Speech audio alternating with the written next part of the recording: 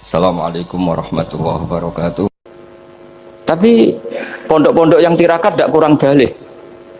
Niki boten majibaken ngelatih. Boten majibaken tapi nopo? Nah, silsilah dari keluarga ibu itu suka ilmu. Sehingga Abdullah bin Mas'ud itu tiap hari itu mensweeping orang yang sering duha. Kalau ada orang duha istiqomah itu disweeping. Awas, harus seminggu sekali, nggak boleh tiap hari. Masa sholat fardu kamu saingi sholat duha? Nggak boleh, fardu tersaingi. Itu Abdul bin Masyur, sama cari di Al-Hunyah itu. Sayyidah Aisyah kalau ada orang duha tiap hari dimarahin. Dan itu secara konstitusi ilmu benar, karena Nabi Qiyamul Lail Ramadan itu hanya 4 hari yang dipandu. Lainnya itu enggak. Khasyata ayyufradu alaihim, kalau dalam sahih takut dianggap fardu. Akhirnya istiqomah itu masalah di keluarga saya yang dari ibu. Nah kebetulan kita ini suka ada istiqomah, akhirnya ya seperti ini. Tapi ini ilmu harus kita bicarakan.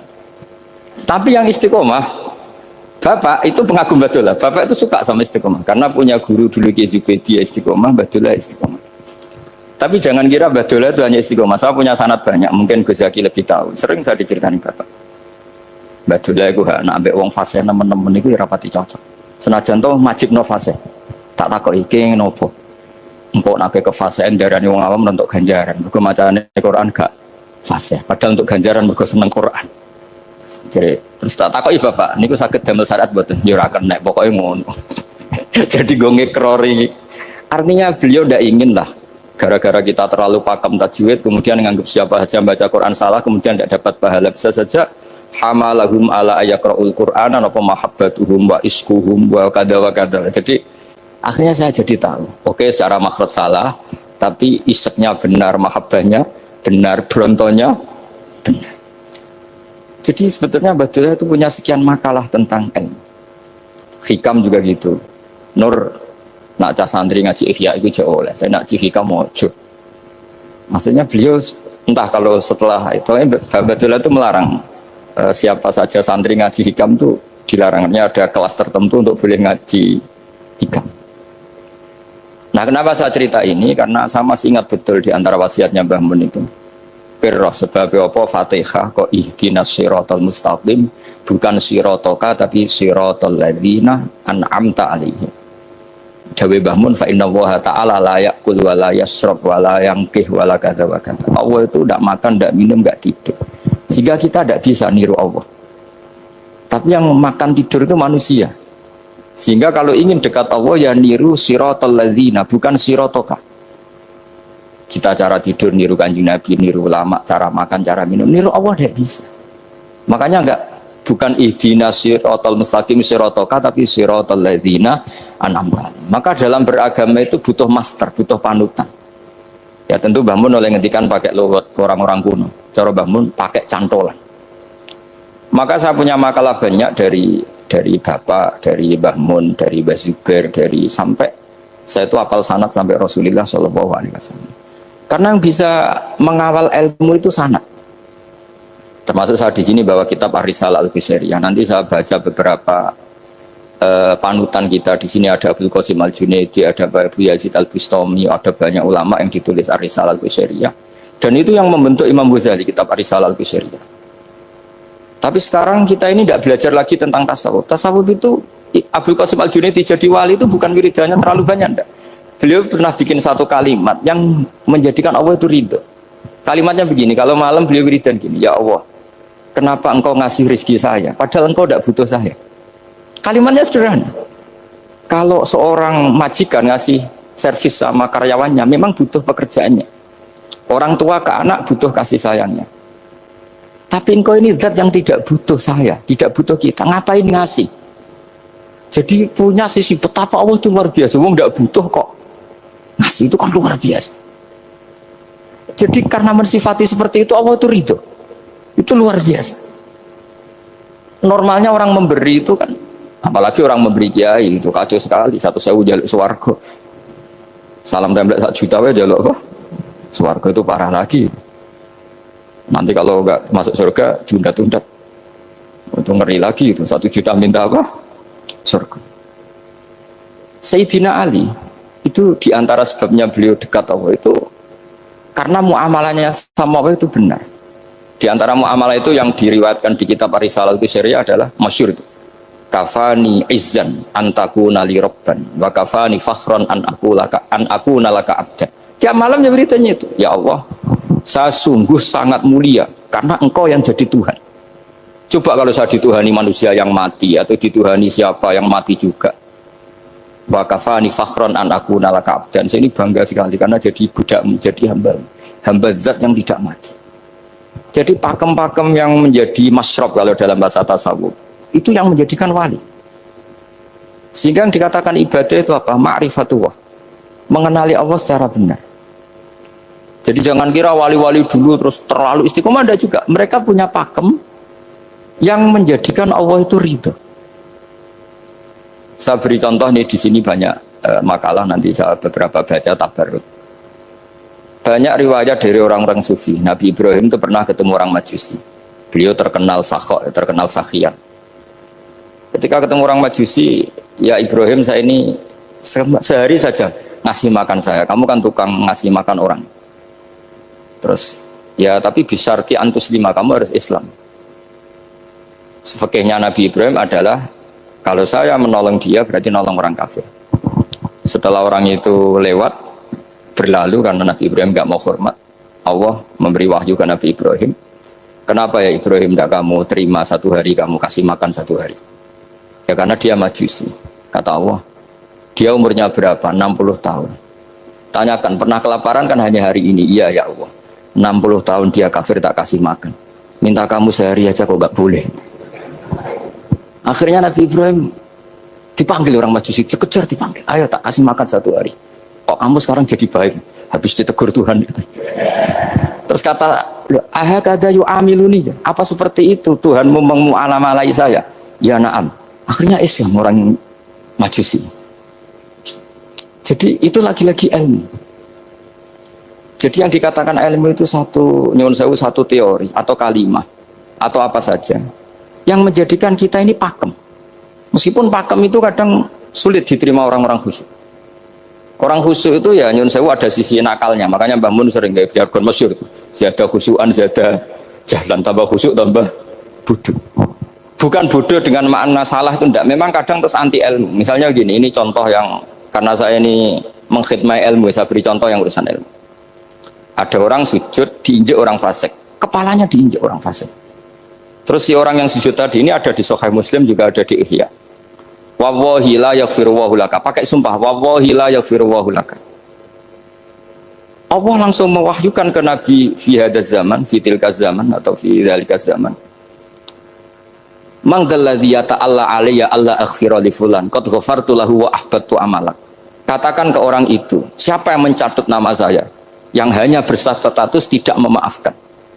Itu enggak fair. Saya ini Tuhan kok bisa yaghfir, bisa yu'adzib. Kok sifat saya tinggal satu, yu'adzib, itu gimana?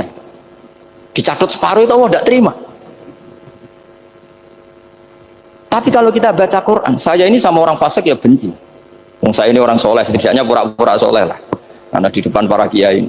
Tapi mau tidak mau, ketika Allah mensifati dirinya tentang orang munafik gimana? Wa yu'adzibal munafiqina insya'a au jatuh. Ini cocok tidak cocok, potensi memberi tobat itu ada. Meskipun sama kalau orang munafik, tapi ya tetap bacanya wa yu'adzibal munafiqina ya insya'a au jatuh. Rasulullah kayak apa bencinya dengan Wahsy karena qatilu Hamzah. Tapi Nabi tunduk sama konstitusi Quran. Laisa laka minal amri syai'un aw yatuba alaihim aw yu'adzibahum. Akhirnya Allah malah memberi tobat sama qatilu Hamzah, yaitu Wahsy. Ini pentingnya baca lagi. Kalau kita tidak baca, hanya khusyuk saja, tidak baca, pasti sama orang yang menginjak orang sujud tadi, yang ninjak pasti salah, nggak dimaafkan. Bongso pasti. Pertanyaannya adalah, betulkah Allah punya sifat satu, yaitu yu'adzib? Makanya kalau kita baca, misalnya baca Quran, walillahi mulkus samawati wal ard, ya sudah, yaghfiru liman yasha wa yu'adzibu man yasha. Kalau nuruti rasa kita, ya inginnya ke kita, yaghfir, ke orang lain yu'adzib. Tapi Tuhan kan nggak terima. Saya ini Tuhan kok didikte makhluk saya ini gimana? Nggak bisa. Sehingga ya ini lagi-lagi ilmu. Makanya saya cocok nggak cocok itu suka baca. Saya suka sekali baca, mulai ulama dulu, ulama modern, setengah dulu. mulai ulama yang kedunian sampai setengah kedunian. Suka. Saya dulu tuh gak suka uang. Karena saya memang tadi mbah saya dari bapak itu wali Mas itu. Kalau tadi Mas Nadif jujur, mulai Mbah Soleh itu suka bully mertuanya. Jadi saya alhamdulillah dia jujur. Jadi Mbah Soleh itu menantunya Raden Asnawi. Itu ya bully-bulian sama ini terus ditiru beliau ini. Itu gak suka sebenarnya. Saya itu ya pokoknya tadi kalau orang daftar wali itu kan gak suka sama. Karena mereka nangis ketika Allah menghentikan wa aqridu atau ayat-ayat anfiku atau orang baik disifati wa aqridu wa qardan hasanah. Itu hadal khitab li ahlil jibdi wasarwah. Ini khitab untuk orang kaya.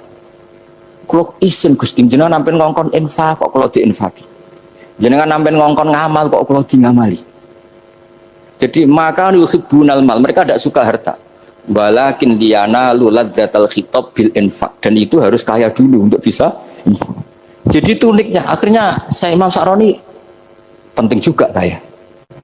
Jadi wali untuk suka harta itu nunggu diperintahkan Allah. Alhamdulillah kita ndak, sudah wali dulu karena sudah senang harta wali.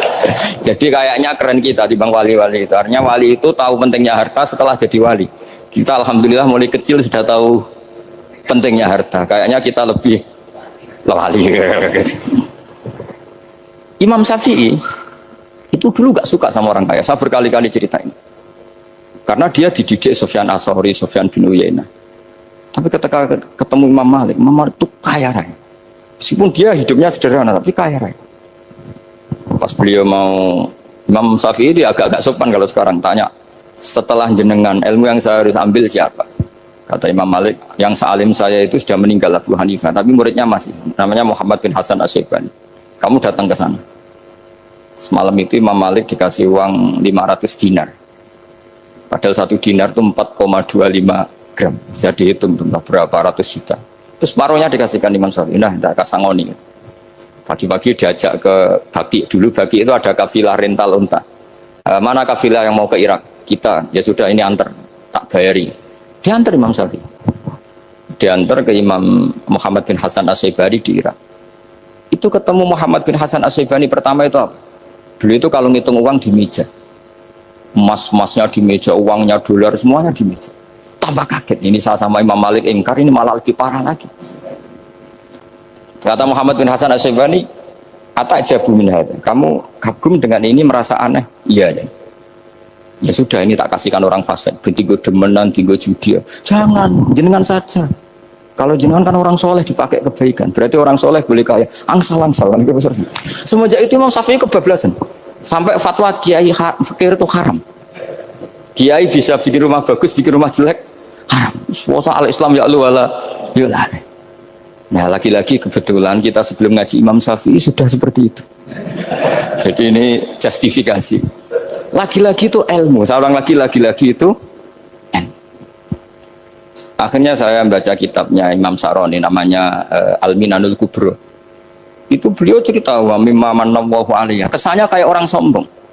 Tapi sebetulnya yang sopan itu yang sombong, karena Imam Sa'roni kan bilang, kamu harus memaklumatkan diri kalau antum minal ulama il amilin. Kamu termasuk ulama yang amilin. Terus ditanya sama orang-orang, bagaimana kalau nyatanya ndak? Kamu tadi subuh sholat, iya saya sholat. Kamu tadi zuhur sholat, iya saya sholat. Kenapa ketika kamu maksiat ingat terus, ketika kamu taat tidak ingat? Berarti kamu anggap Allah itu menyesatkan kamu tidak pernah ngasih hidayah sama kamu. Pas delok rondo ning dalan kok maksiat, bar salat ora tau syukur, bar dhuwur ora tau syukur, berasa. Berarti kan nyifati Allah, hari ini Allah ngasih saya maksiat. Sementara lupa kalau Allah ngasih salat dhuwur, salat asar, salat maghrib, salat. Oh sudah di situ al-Minanul Kubro, orang itu soleh semua. Nah saya itu termasuk orang yang didikte oleh kitab, terbentuk oleh kitab Al-Minanul Kubro. Jadi di situ hidup itu enak semua. Makanya saya itu masih ingat dialeknya dua orang alim. Nggak perlu saya sebutkan, ini agak sensitif karena ceritanya itu ada anaknya kiai mau nyalek. Karena dia anaknya kiai tanya, Mbah, dalilnya nopo nanti yang kepengen jadi jabatan, mencari jabatan itu sah. Kalau yang jawab tak sebut nggak apa-apa namanya. Jawabnya Mbah Mun, oleh nggak apa-apa. Nabi Yusuf juga ada jabatan. Terus beliau baca qalat alni ala khuzainil ardi ini khafifun alim. Nabi Yusuf juga ada jabatan ya Rabb. Didebat sama orang alim.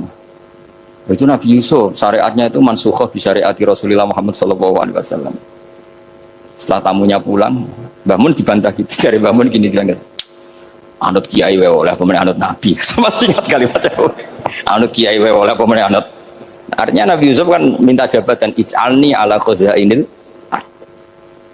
Jadi akhirnya semenjak itu fikih-fikih ilmu tadi saya ulang lagi. Akhirnya saya cari, termasuk saya disuruh bangun. Saya golekno dalile nak wong soleh kok oleh jabat. Batinku, dalil kok diorder saya ya sempat. Ternyata saya cari-cari ya tadi am yahsudunan nasa alama atahum wa min fadlih faqad ataina ala Ibrahim alkitab wal hikmata wa atainahum mulkan azim. Keluarga Nabi Ibrahim di antara sifat yang disebutkan Allah adalah dikasih mulkan azim. Sebab itu akhirnya kiai Indonesia itu mazhabnya Safiyah semua. Politik ya kerso, jabat ya kerso, proposal ya kerso. Saya ini, maksud saya ini yang menyelamatkan ilmu. Kalau orang khusuk pasti gedeng. Kiai kok gelem proposal, kiai kok para pejabat. Tapi orang ilmu setuju. Nah saya nggak tahu setujunya itu bawaan ilmu apa bawaan nafsu tadi itu yang mulai saya data. Nah kalau saya kan bawaan ilmu saya baca. Itu bedanya saya dengan Mas Nadif jadi bawaan baca. Karena kemarin saya dibully habis-habisan di Kudus. Saya tidak punya kesempatan bicara di menantunya Neng Muah ya. Wah ini kurang ajar betul orang ini kata saya. Tapi saya nyari sisi positifnya. Kalau saya dibully kan saya madlum. Orang madlum gampang jadi wali. Yang dia bully berarti zalim ya sudah berarti wali saya gitu. Nah supaya dia juga wali sekarang tak bully supaya impas gitu. Jadi ini nolong beliau.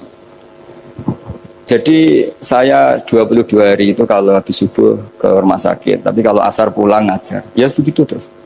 Karena mbah-mbah saya itu sukanya ilmu Masya Allah. Karena ilmu itu penting. Apapun pakemnya para wali itu kalau diingatkan secara ilmu itu terus kayak runtuh. Saya berkali-kali mencontohkan. Dan itu valid, data itu valid. Sufyan bin Uyainah itu orangnya khusyuknya Masya Allah. Gurunya Imam Syafi'i, gurunya Imam Malik. Itu beliau menceritakan dalam kitab Khilyatul Auliya.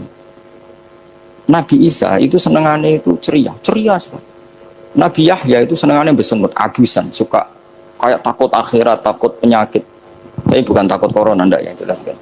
Saya akhir-akhir ini fatwa, sekarang jangan baca Uwais Al-Qarani, tapi Al-Qarni. Meskipun saya tahu ada yang baca Qarani di kitab-kitab, ada yang baca Qarni. Tapi sekarang wajib dibaca Al-Qarni sementara. Sekali dibaca Al-Qarani itu nisbatun ilah.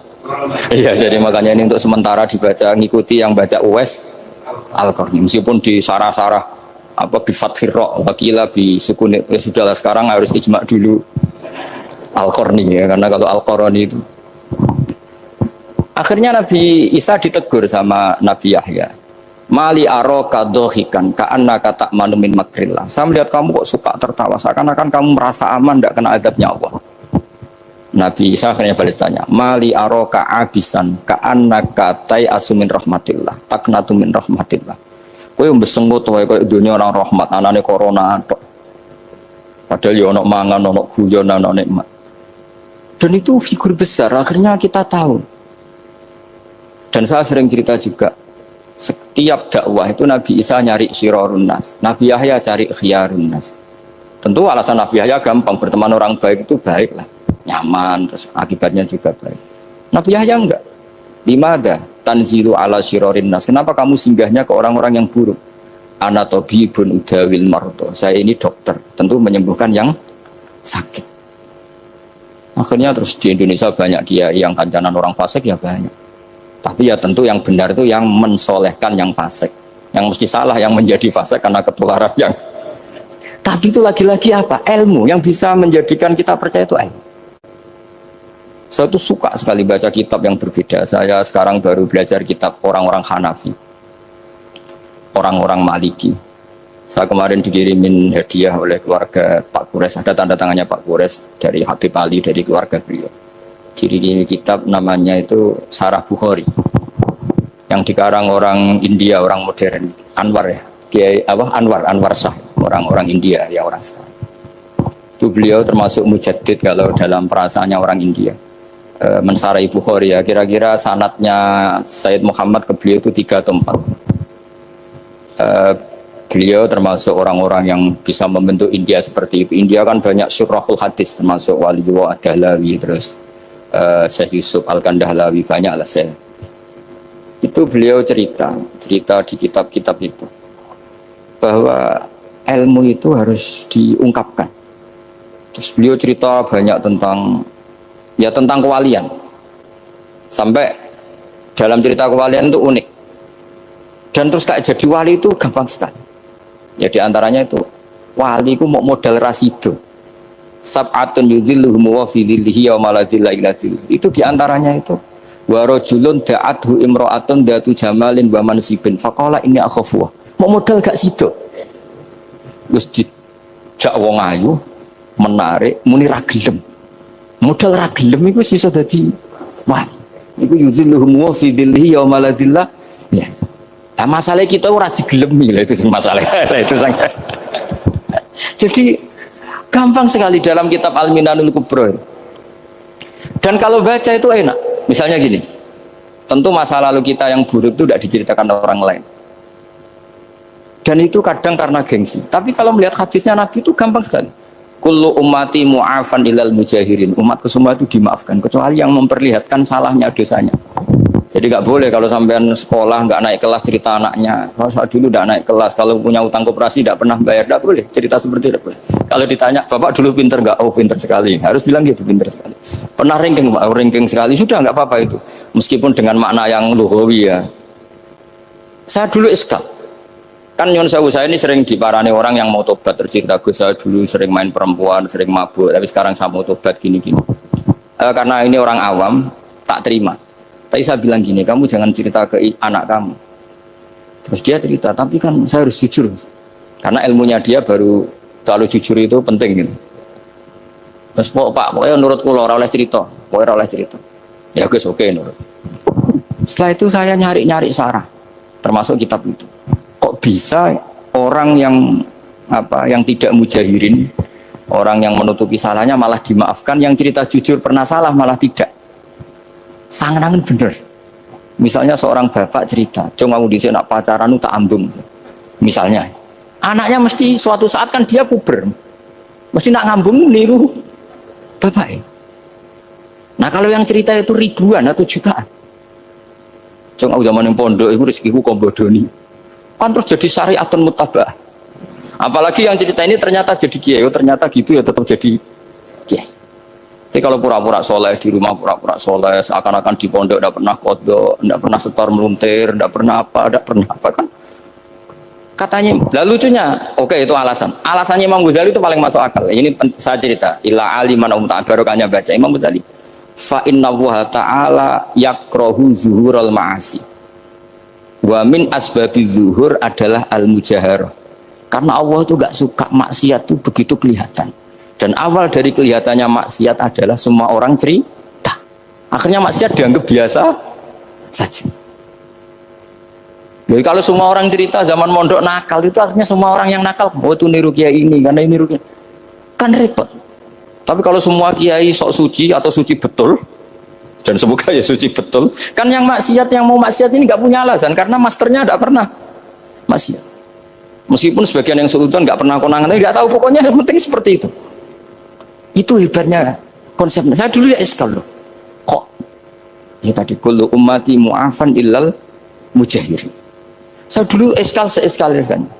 Tapi setelah baca Ihya kata Imam Ghazali, karena Allah itu nggak suka zuhurul ma'asi. Allah nggak suka kalau maksiat terlalu muncul. Dan termasuk sebabnya muncul adalah setiap orang jujur menceritakan masa lalunya. Penelitian itu saya berkali-kali bilang tidak harus orang-orang pinter banget sebetulnya, karena perangkat yang disediakan Allah ini juga menyediakan untuk orang-orang bodoh, dan itu hikmah terbesar dari Islam. Jadi Islam ini bisa difahami orang pinter juga oleh orang-orang yang nggak pinter. Saya punya kenangan tentang ilmu astronomi. Kita belajar falak itu jelimet, Pak Fathul Wahid, jelimet sekali. Ketika ada perdebatan misalnya awal Ramadan itu Ahad sama Senin, sama lagi misalnya Ahad, Minggu sama Senin. Karena kita ini di pesantren kalau bilang Minggu itu kadang dilarang, harus bilang Ahad.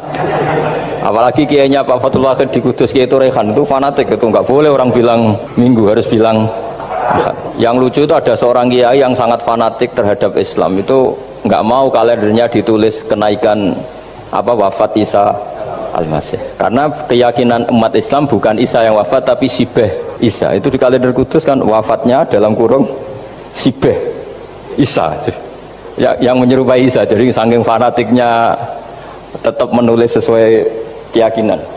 Saya teruskan. Orang kadang bilang begini, cara orang yang tidak mendalami ilmu.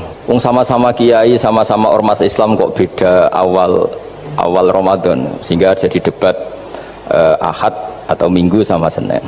Saya punya mak-mak ya, kalau orang sepuh itu yang dulu ikut buyut saya. Jadi saya ini generasi kelima, itu orang itu muammar, ditakdir umurnya panjang. Itu bilang gini, Gus, sebetulnya untuk tahu kalender yang benar mana itu gampang katanya. Cari tanggal 15. Nanti kelihatan siapa yang salah. Ternyata betul. Kalau dihitung Ahad, nanti 15-nya misalnya jatuh hari apa, nanti kelihatan. Ternyata pas yang dikatakan 15 versi Ahad itu bulan belum purnama. Purnamanya itu di versi mereka yang tanggal 16. Berarti benar mana? Yang Senin kan? Tapi yang versi Senin ternyata betul pas 15 pas purnama. Artinya apa? Allah menyediakan perangkat untuk menguji Senin apa Ahad dengan cara awam, yaitu nunggu tanggal 15. Artinya gini, kata siapa yang tahu itu hanya orang pinter gitu. Orang awam juga bisa tahu, karena agama ini milik bersama ya, milik orang pinter, milik yang tidak pinter. Sehingga dalam pola-pola Islam, di antara madhab Syadzili, madhab Thariqah Naqsyabandiyah, itu beliau di antara kampanyenya gini, kata Thariqah Naqsyabandiyah, Thariqah kami ini yastawi fistifadatiha ar-rijalu wasibyan. Popularitas Thariqah saya mudahnya difahami ini antara orang pinter yang sudah dewasa sama anak-anak kecil ini sama. Kenapa demikian? Kalau dalam filosofi kebenaran itu ada pepatah fa innal haqqa adharu min syamsidz dhahirah. Kebenaran itu lebih jelas ketimbang matahari di siang hari. Sehingga mereka dengan mudahnya mensifati Allah misalnya az-zahir, zat yang begitu jelas. Kenapa Allah begitu jelas? Karena ulama dulu cara, kalau dalam bahasa pondok, mensifati, menstatuskan alam raya ini maujud. Maujud itu ada. Di mana-mana sesuatu yang ada itu ya diciptakan oleh yang ada. Masa Anda ada kok menciptakan yang ada? Sehingga mereka tidak pernah tertarik sama faham komunis, ateis, bahwa alam ini dimulai dari ketiadaan. Pertanyaannya adalah bagaimana sesuatu yang tiada menyebabkan yang ada. Sehingga ulama dulu pinter, sifat wajib itu apa? Wujud. Karena alam raya ini kadung wujud, kadung maujudat, maka Allah harus wujud. Berhubung wujudnya Allah itu wujud penyebab, harus qadim atau harus awal. Masa penyebab datangnya terlambat dulu yang jadi efek dari penyebab itu. Sehingga mereka dengan gampangnya mensifati Allah az-zahir, zat yang begitu jelas. Sehingga Imam Sibaweh, ahli nahwu, itu juga mengenali Allah lewat teori nahwu. Beliau bilang Allah itu siapa? Allahu a'raful ma'arif, zat yang paling mudah dikenali.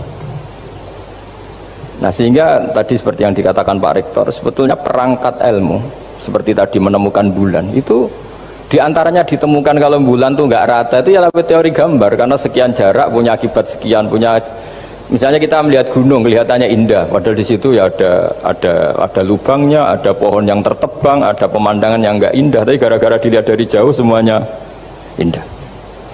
Maka disarankan orang yang baru nggak suka istrinya terus melihat dari jauh, tinggal minggat lah kira-kira. Kalau ditinggal minggat 2 bulan itu mesti cinta lagi itu. Kan fungsinya baru kelihatan itu. Tapi kalau dekat terus tuh mesti sama neknya lah kira-kira gitu, sama mangkelnya itu. Sehingga itu ya dipakai teori juga dalam silaturahim. Di agama terkenal ada pepatah zuruhiban tasdad hubban. Jadi ya jangan sering ketemu, nanti kamu gampang cinta. Kalau sering ketemu ya gampang bosen lah kira-kira seperti itu. Nah, kemudian teori-teori awam ini dikembangkan. Yang awam, jadi dulu orang menemukan apa matahari itu besarnya kayak apa, rembulan besarnya seberapa, itu dilihat setiap kita melihat mobil itu jarak 1 kilo masih kelihatan sekian meter, nanti kalau 2 kilo berkurang sekian senti, kalau 3 kilo berkurang sekian senti, terus dikalikan ya kira-kira seperti itu.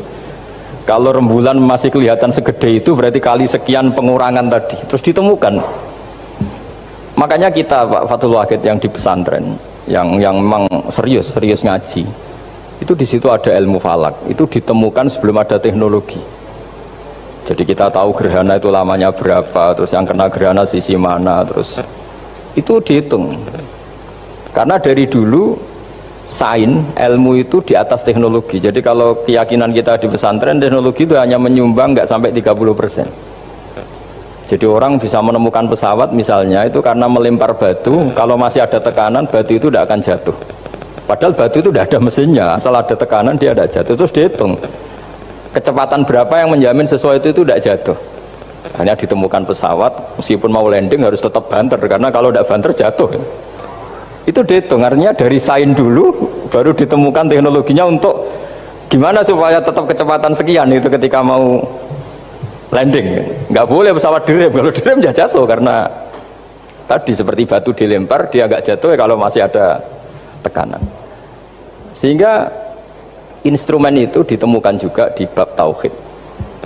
Saya punya kitab namanya Hasyiatut Turmusi, dikarang ulama top Indonesia namanya Syekh Mahfud At-Turmusi. Itu beliau cerita Imam Al-Amudi itu ulama top, tapi dia itu unik, tiap ngajar santrinya itu ngajar matematika, ngajar ilmu eksak.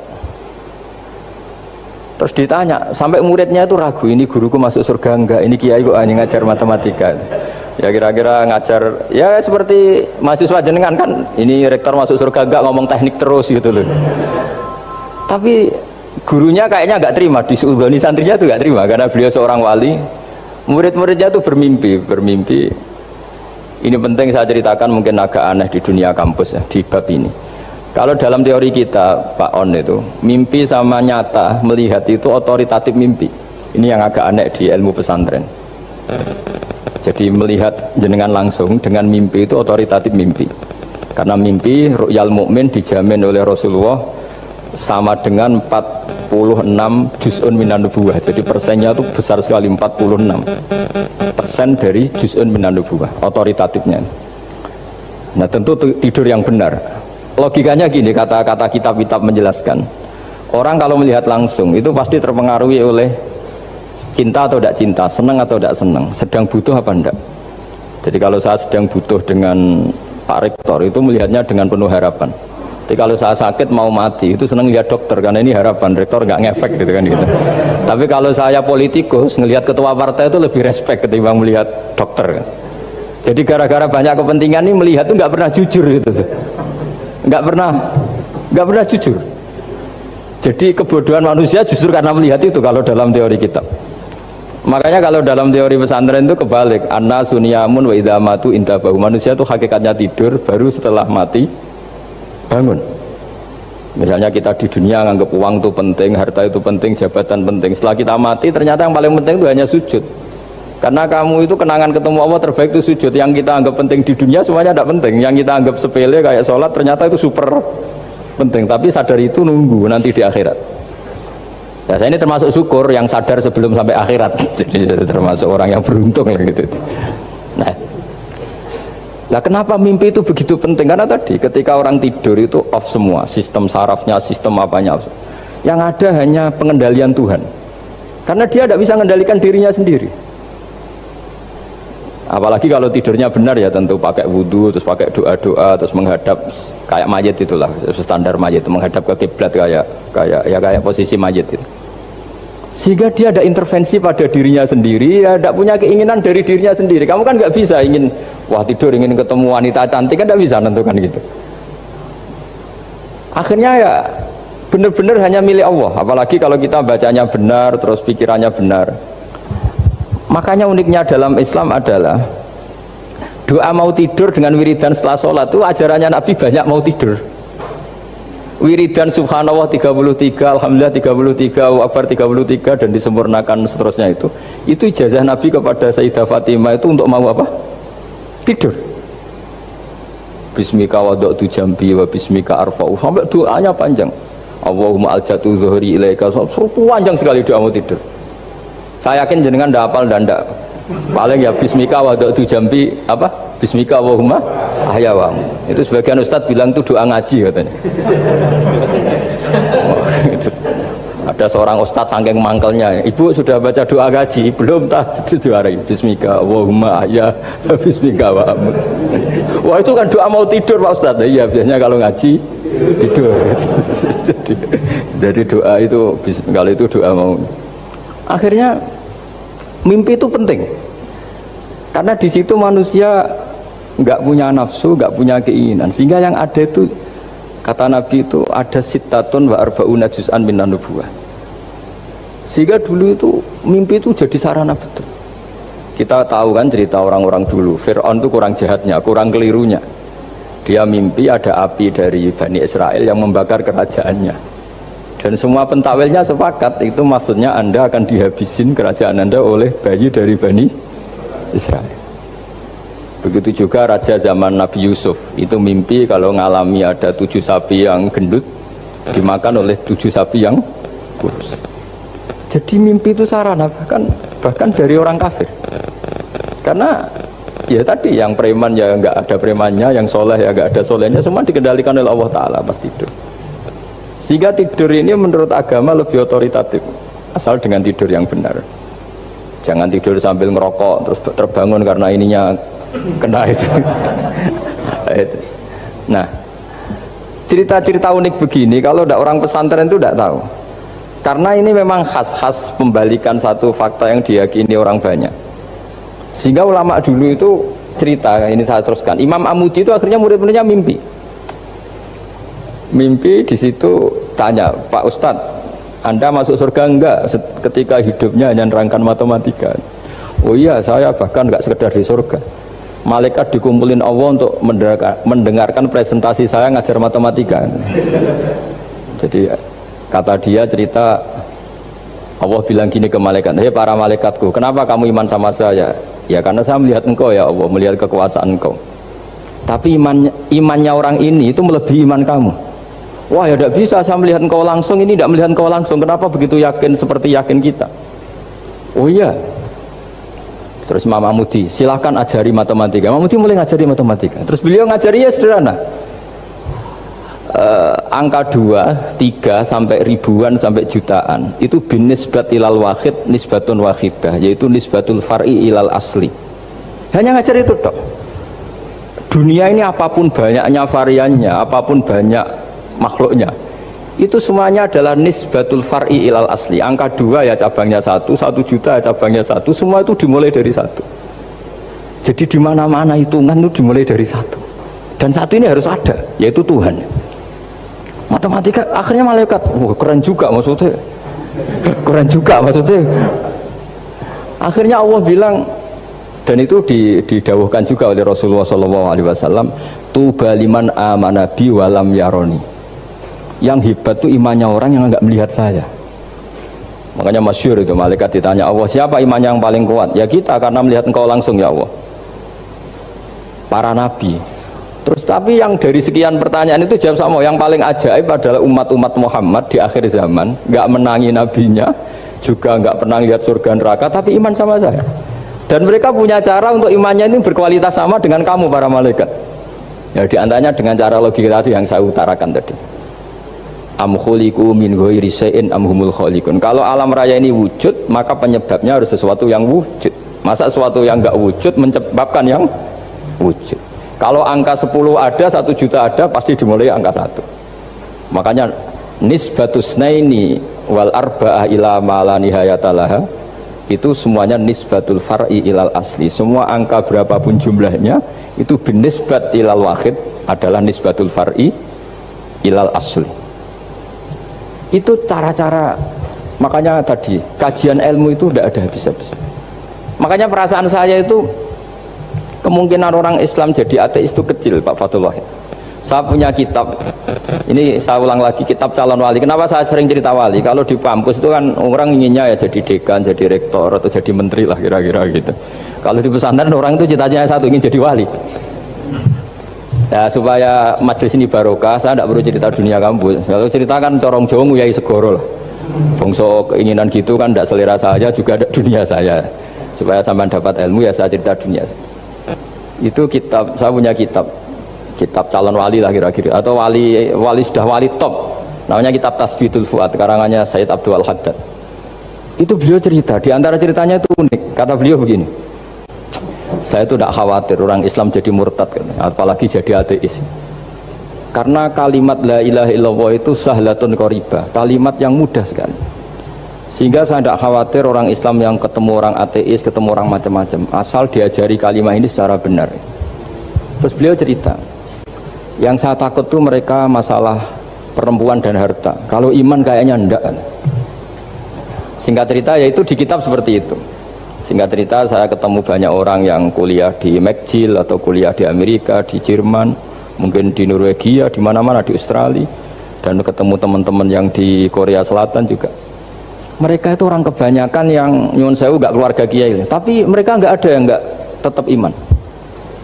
Ketika saya tanya kenapa anda tetap iman, padahal ada beberapa negara yang lebih stabil, lebih makmur dibanding negara yang mengklaim sebagai negara Islam. Itu cara berpikir ya sederhana. Enggak lah Gus, kayaknya kok Tuhan kok ada tanggal lahirnya, enggak lah, kayaknya yang namanya Tuhan tuh ya awal lah. Masa pencipta langit bumi dituhani orang yang lahirnya di bumi, kayak enggak lah kayaknya. Jadi ya berpikir sederhana. Padahal ya kurang ajarnya Masya Allah. Anak ini ya dugem ya macam-macam, tapi kalau ditanya disuruh yang lain enggak mau dia. Enggak lah, kayaknya yang benar tetap Islam. Karena kalimat ini, yaitu tadi eksistensi Tuhan, tadi eksistensi Allah itu, la ilaha illallah itu kalimatun sahlah, kalimatun qoribah, kalimah yang begitu mudah difahami. Kenapa mudah difahami? Misalnya kita ngaji, Tuhan itu siapa? Yang menciptakan langit dan bumi. Dengan misalnya perbandingan Tuhan itu siapa? Yang lahir di bumi tahun sekian. Enak mana cara kita menerima itu? Kan keren yang menciptakan langit dan bumi. Tuhan itu siapa? Yang ada sebelum langit dan bumi. Dengan misalnya Tuhan adalah yang lahir di bumi. Keren mana itu?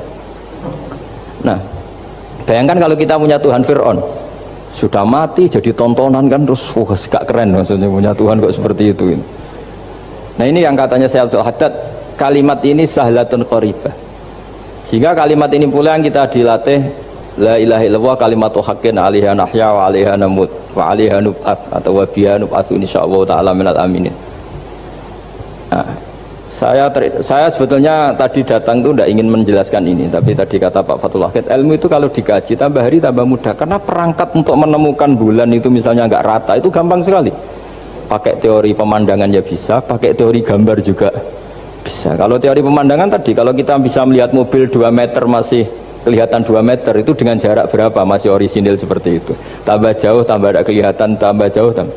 Nah ternyata setelah 5 kilo misalnya tidak kelihatan, berarti untuk jumlah 2 meter hilang per 5 kilo. Nah berarti kalau bulan masih kelihatan segitu, berarti jarak kita dan bulan kira-kira sekian ribu kilo. Itu bisa dihitung, itu tanpa teknologi.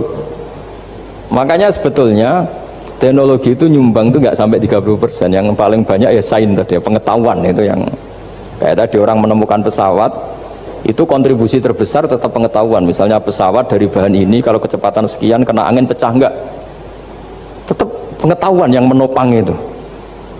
Teknologi kan paling mengantar supaya pesawat kecepatan sekian didorong mesin sekian dengan apa begitu. Nah pesantren seperti kita ya, saya ini dididik Mbah Mun, dididik bapak saya, buyut-buyut saya, kiai, itu sekali alim, yang alim betulan, itu ya alim betul. Ya karena memang yang repot nih yang agak-agak dukun itu ya ribet itu. Penting rambutnya gondrong, terus terkenal gak pernah mandi, terus nanti ada orang tertentu tertarik minta doa, ini yang ribet ini, susah ini sertifikasinya susah ini karena. Tapi kalau kita ini di pesantren yang coro sertifikasinya jelas. Jadi berani jadi Gus harus bisa baca Mu'in gitu, berani jadi Kiai harus bisa baca Wahab. Aturan mainnya jelas kalau di ini. Yang repot tuh yang sebagian itu aturan mainnya tidak jelas. Terus promosinya itu pernah datangi menteri loh, pernah datangi, wah ya ribet kalau ukuran keren tuh didatangi apa? Menteri atau pejabat.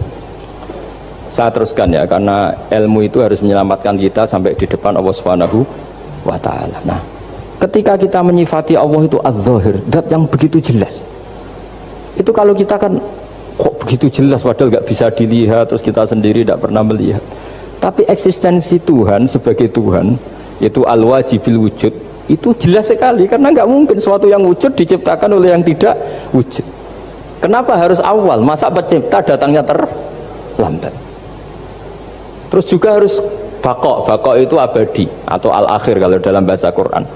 Masa zat yang superior kemudian kalah sama yang diciptakan? Berarti nanti ada kekuatan besar yang mengalahkan Tuhan. Ya kan aneh, kekuatan ini dalam kendalinya kemudian Allah kalah, kan tidak mungkin. Makanya disebut al-akhir, Allah pasti tidak ada yang mengalahkan. Terus diantaranya lagi disebut qiyamuhu binafsihi. Kalau dalam bahasa Quran disebut al-qayyum, zat yang berdiri sendiri. Gak boleh Tuhan butuh yang lain. Kalau butuh yang lain berarti bergantung pada yang lain. Dan nggak usah jadi Tuhan lah kalau masih butuh yang lain. Sehingga karena kekuatan ini, saya ulang lagi, karena kekuatan ini, ketika anak-anak mahasiswa kuliah di Jerman atau di Swiss, di negara-negara yang lebih bahagia ketimbang negara yang mayoritas muslim, itu mungkin mereka tertarik sama sistem negara itu karena ada jaminan sosial ini, tapi nggak pernah tertarik sama Tuhannya negara itu, karena dihitung-hitung tadi Tuhannya mesti keren kita gitu. Jadi, nah ini cerita ke saya Abdul Haddad, kata saya Abdul Haddad, kamu udah usah khawatir lah umat Islam murtad atau jadi ateis gitu, karena penjelasan tauhid Islam itu begitu jelas. Jadi by design manusia itu pasti nerima tauhid kira-kira gitu.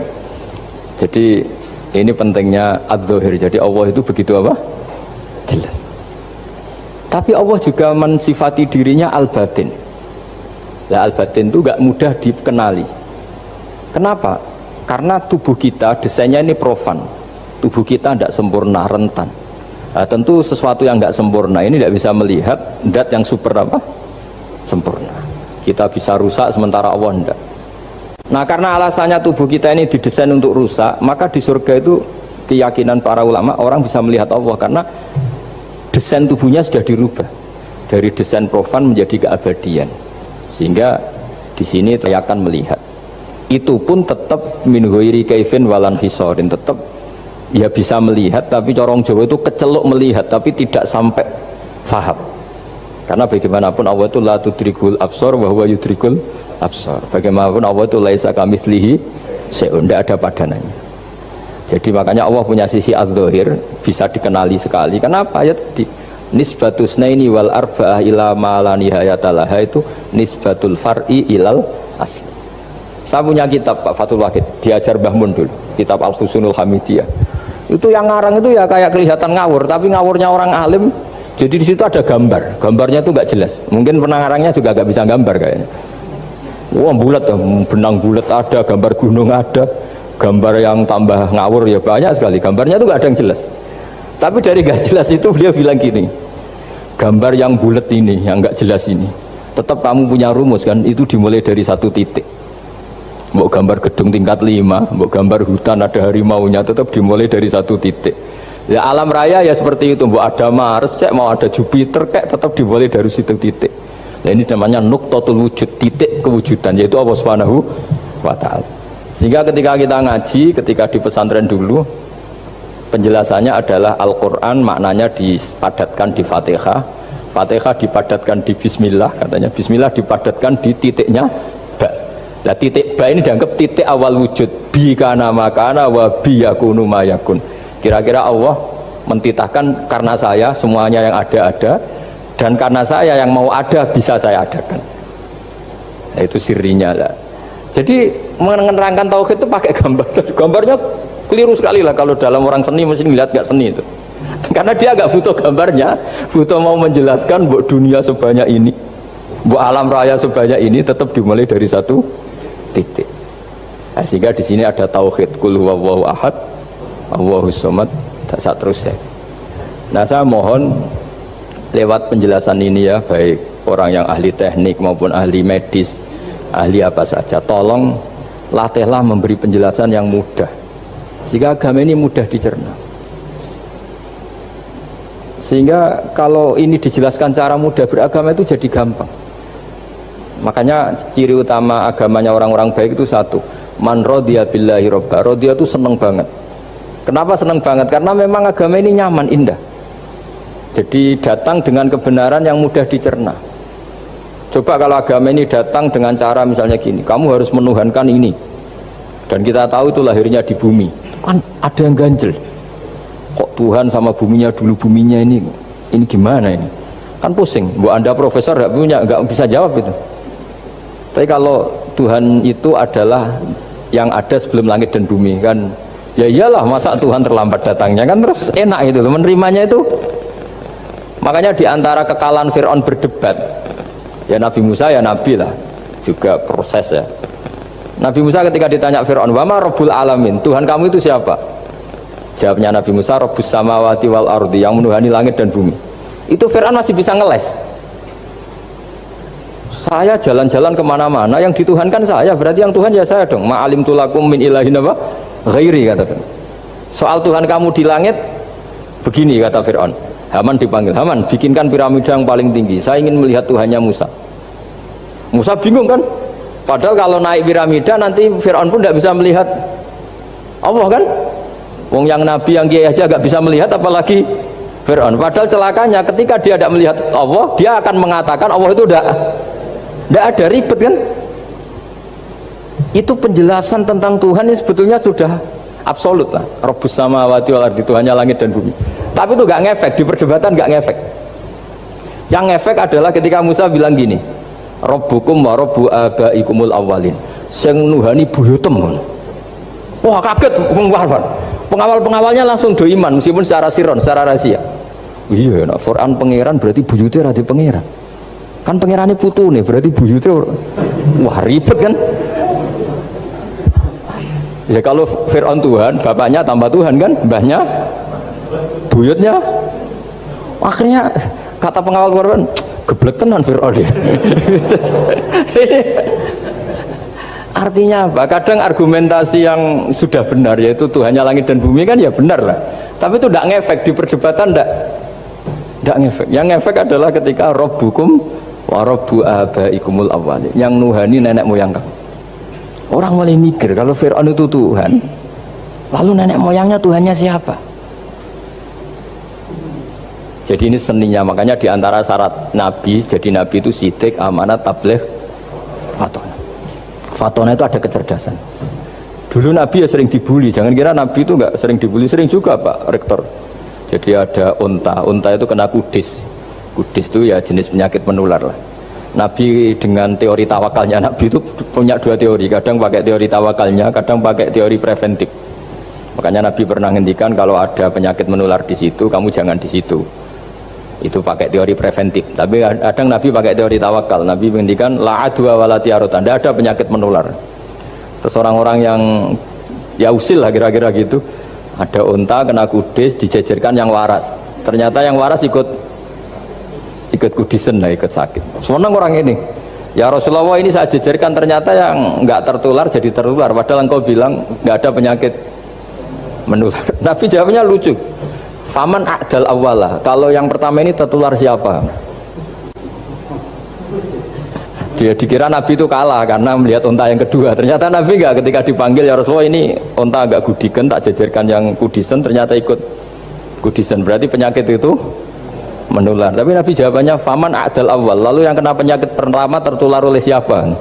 Wah itu asli dari Allah. Ya maksud saya seperti itu kata. Nah itu yang dikatakan fatona. Jadi Nabi itu harus punya sifat apa?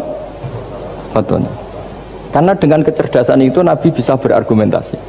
Kayak tadi, ketika Fir'aun dikatakan Allah yang menuhani langit dan bumi, Fir'aun masih mengklaim dia Tuhan. Karena di mana-mana dia dituhankan. Tapi ketika diingatkan bahwa kamu anak seorang manusia, punya bapak, punya kakek, punya buyut, punya canggah kalau bahasa Jawa. Lalu kalau kamu yang Tuhan, dan Tuhan dimulai Anda, lalu mbah-mbah kamu Tuhannya siapa? Gak bisa jawab kan? Akhirnya banyak punggawa yang saat itu iman. Jadi iman itu bisa menghunjam kepada siapa saja, termasuk yang orang-orang topnya Fir'aun. Sehingga ketika Fir'aun rapat Musa harus dibunuh besok, tangkap besok, sebagian mereka itu membocorkan informasi itu, datang ke Musa, tadi malam kita ikut rapat, keputusannya Anda dibunuh, maka larilah kamu. Itu barokahnya iman. Artinya ya karena logika Musa lebih masuk akal, ya mereka lebih percaya sama Musa. Tapi gara-gara profesi ya tetap kerja, dan yang mulai ribet dunia. Mulai ribet jadi. Makanya kamu jangan tanya kaifa hukmul mukmin sing yukhfi imanahu, bagaimana hukumnya orang mukmin yang menyembunyikan imannya demi aman. Ya tidak usah kamu jawab. Kalau kamu jawab boleh, ini kok kayak pecundang. Kalau kamu jawab haram, pernah terjadi itu. Wa qala rajulun mu'minum min ali fir'auna yaktumu imana. Ya, ini khazanah ya. Jadi saya mohon mengkaji Islam itu harus dengan sisi-sisi yang bisa difahami orang pinter juga orang bodoh. Kata Imam Ghazali banyak itu, karena hadatin itu harus difahami orang pinter juga orang bodoh. Terus contoh yang paling populer tentu sering saya utarakan masalah iddah. Iddahnya orang terceraikan itu 3 kali masa suci. Kalau menurut Abu Hanifah 3 kali masa haid. Orang pinter tahulah kalau perempuan sedang haid, menstruasi pasti sedang tidak hamil. Sehingga kalau dia sudah haid 3 kali ada kepastian tidak hamil. Kalau tidak hamil artinya apa? Nggak ada sperma dari zaut awal suami pertama yang jadi anak dia. Padahal tujuan iddah adalah nanti kalau di hubungan suami istri sama suami kedua jelas anaknya suami kedua. Tapi kalau andai kan tidak ada iddah kan malam hubungan suami istri, pagi bentrok cerai, terus kawin, kumpul suami istri lagi, terus nanti anaknya itu anaknya siapa? Kan nggak jelas. Kalau sampean bisa klaim lewat DNA juga mungkin secara ilmu objektif Pak Rektor. Masalahnya juga bisa disuap kan? Saya sering dibantah orang-orang itu. Wah Gus, DNA itu otoritatif karena gini-gini nggak mungkin, bohong kamu. Ya DNA-nya nggak bohong, pegawainya bisa disuap kan? Kayak nggak tahu manusia apa nggak tahu Indonesia, nggak tahu terus. Itu yang sensitif itu, yang mulai wilayah sensitif itu. Nggak tahu manusia apa kayak nggak tahu Indonesia. Manusia aja ya sudah. Berarti Anda sangat nasionalis. Jadi ribet kan? Maka dianjurkan ada iddah. Dengan iddah selesai berarti benar-benar perempuan ini baru atur rohmi, rahimnya steril dari unsur mani zaut awal. Dan kalau 3 kali masa suci itu artinya apa? Kira-kira 3 bulan. Kira-kira ya. Wal mutallaqatu yatarabbasna bi anfusina salah satu apa? Huruf. Pertanyaannya kalau 3 bulan, andai kan tidak pakai teori ilmiah, menstruasi itu sudah teori ilmiah. Ada yang tanya ke saya, Gus kenapa harus sampai 3 kali, padahal menstruasi pertama pasti sudah ada hamil. Saya jawab, menstruasi pertama itu namanya keluar darah, nggak ada jaminan kali itu haid, bisa saja keluar darah karena kaget, karena kecelakaan, karena apa. Sehingga kalau misalnya perempuan diceraikan, Gus saya sudah haid, yang jamin kalau itu haid siapa? Maksudnya keluar darah dengan makna tidak hamil. Bisa saja keluar darah kali ini faktor kaget ya, atau faktor kecelakaan.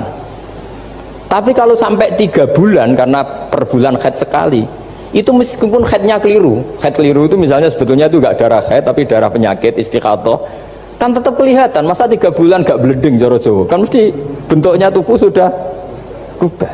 Artinya kata ulama-ulama, agama ini nggak bisa hanya mengacu ilmu. Kalau mengacu ilmu haid sekali sudah cukup. Tapi kenapa harus 3 kali? Karena 3 kali orang awam tahu semua kalau itu sedang hamil atau tidak hamil. 3 bulan dari dicerai kan kelihatan kalau hamil ya, bentuk tubuhnya sudah rubah. Kalau enggak, intinya agama ini harus agama yang mudah difahami orang pinter, juga difahami orang yang tidak pinter. Kayak tadi bulan tadi, saya juga gak kira kalau orang goblok jadi pinter itu. Jadi ini cerita ya. Jadi supaya kita meskipun di lembaga kampus, di lembaga modern, jangan lupa tradisi-tradisi kebodohan ya diabadikan lah kira-kira itu, karena bodoh itu kadang ya penting. Makanya kalau cerita di dunia wali itu kaca, Anda boleh gak nerima cerita ini, tapi Anda harus percaya kalau kekuasaan Allah itu tidak terbatas. Kenapa orang Madura begitu mencintai kiai? Sebetulnya niatnya ya agak baik, tapi ya nggak baik tapi baik. Ada santri itu Madura, dia saking percaya sama kiai itu ya khidmah, bikin teh, masakan kiai, mijitin kiai, pokoknya waktunya diberikan semua untuk kiai. Dan dia nggak pernah ikut ujian, apalagi ujian kelulusan disertasi dokter nggak pernah dia. Kalau sekolah nggak pernah ikut ujian. Sudah ya saya ridho jadi orang bodoh, sementing ikut jenengan. Suatu saat orang ini mati, kiainya tuh pusing, waduh mati gitu. Nah, ini di dalam alam mimpi itu, kamu boleh gak percaya, nggak wajib percaya memang. Ini kan ada akidah, jadi tidak wajib percaya. Ditanya sama malaikat, Marabbuka, Tuhan kamu siapa? Jawabannya lucu, malaikat kamu itu gimana? Di mana-mana tanya sama orang pinter, orang bodoh kok kamu tanya? Pusing kan malaikatnya. Di mana-mana namanya tanya, itu ya sama orang pinter, masa orang bodoh ditanya? Yang bener aja kamu. Makanya bodoh ini ya senjata, makanya ini kita kalau pinter ya alhamdulillah, kalau bodoh ya alhamdulillah, karena bodoh itu penting. Kalau negara ini tidak makmur, yang disalahkan mesti para rektor. Gunanya apa ada rektor kalau nggak solusi bagi bangsa ini? Orang bodoh pasti nggak disalahkan kan? Nanti kalau ada hisab, kenapa Indonesia carut marut? Yang dipanggil Allah itu menteri rektor, pasti itu. Apa kontribusi Anda sebagai orang pinter, sebagai profesor, sebagai orang bodoh aman? Santai, nggak kena panggilan kan? Karena Anda harus bertanggung jawab. Akhirnya terus malaikat tanya, ya lalu yang pinter siapa? Yang di atas itu, kiainya yang nalkin itu, yang di atas itu. Walhasil kiainya itu karena wali itu dengar. Ya cung bodoh kok terus nganti wis mati. bodoh kok kamu bawa sampai mati. Jadi kadang orang bodoh itu ya pinter tadi. Malaikat tuh kamu itu gimana? Di mana-mana tanya itu ya sama orang pinter. Orang bodoh kok kamu tanya? Ya ribet kan kalau sudah ketemu seperti itu. Dan Nabi juga sering ngalami dialek sama orang bodoh. Kadang Nabi yang ngalah, kadang logikanya orang bodoh itu lebih gampang. Itu ada orang pencari dop itu semacam kayak biawak ya. Tapi tidak biawak, kayak semacam biawak. Itu ketemu Nabi, kamu tahu kalau saya ini Rasulullah? Tidak tahu ya. Ya kamu harus iman kalau saya ini Rasulullah. Hatta yu'mina laka hadad dhabban. Ya kalau hewan ini iman sama kamu ya saya iman. Ribet kan ukurannya itu. Waduh, untung Nabi betul. Terus Nabi tanya, "Dok, kamu tahu kalau saya Rasulullah?" Terus doknya saat itu bisa bicara asyhadu annaka Rasulullah, terus baru iman. Imannya tanya, "Kenapa kamu iman sama Rasulullah?" Hewan aja tahu kalau dia Nabi, apalagi manusia. Sehingga di masyhur itu di acara-acara kita kalau wadhabbu wal ghazalah yasyadani laka bir risalah, itu wadhabbu wal ghazalah yasyadani laka bir risalah. Sehingga nah kekeliruan kita, saya sering ngomong di mana-mana, matur di mana-mana. Masyarakat Indonesia mayoritasnya tetap yang nggak pinter. Orang Islam mayoritas yang nggak pinter. Lalu orang nggak pinter ini diabaikan sehingga mereka tidak jadi energi yang luar biasa untuk mengawal Islam atau mengawal Indonesia. Itu keliru menurut saya. Menurut saya orang-orang yang nggak pinter pun itu punya nurani.